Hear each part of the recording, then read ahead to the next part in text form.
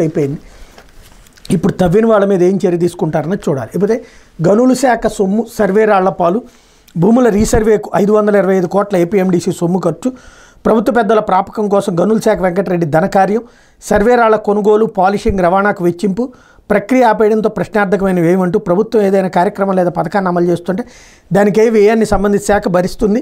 అవసరమైన నిధులను ప్రభుత్వం నుంచి మంజూరు చేయించుకుంటుంది. కానీ గత ప్రభుత్వం సర్వే ల్యాండ్ రికార్డ్స్ శాఖ ద్వారా భూములు రీసర్వే చేపట్టగా ఆ ప్రక్రియకి ఆయన ఖర్చు మొత్తాన్ని సంబంధం లేని ఏపీ ఖనిజాభివృద్ధి సంస్థ భరించింది.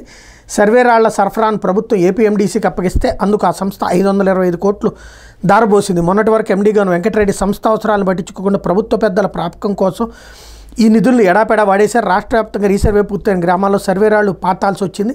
రాళ్ల తయారీ సరఫరా బాధ్యతలు ఏపీఎండీసీకి అప్పగించారు. సాధారణంగా వ్యయాన్ని సర్వే ల్యాండ్ రికార్డ్ శాఖ భరించాలి. ఆ శాఖ ₹1 ఇవ్వకపోయినా ఏపీఎండీసీ 75 లక్షల రాళ్లు సరఫరా చేసింది. ఈ రాళ్లను కటింగ్ పాలిషింగ్ యూనిట్లో కట్ చేయించి దానిపై జగన్ పేరు చెక్కించింది. తర్వాత వాటిని సర్వే శాఖ చెప్పిన గ్రామాలకు పంపించింది. ఇందుకోసం 400 కోట్ల వరకు ఖర్చు అయింది అన్నటువంటి వార్త హైలైట్ చేశారు. ఇక్కడ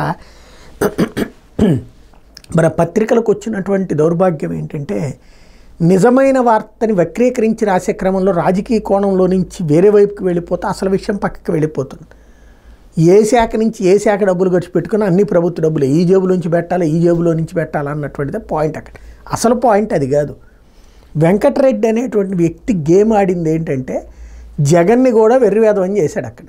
ఎట్లాగా జగన్ ఏమన్నా నువ్వు నా పేరేసి పెట్టమని చెప్పాడా? లేదు. అతను చేసినటువంటి తను ఇట్లాగా తన శాఖ నుంచి డబ్బులు ఇచ్చుకుంటే అందులోంచి తను తినేయగలుగుతాడు. 500 కోట్లు అంటే ఇక్కడ 100 కోట్లు తినేసుకోవడానికి అవకాశం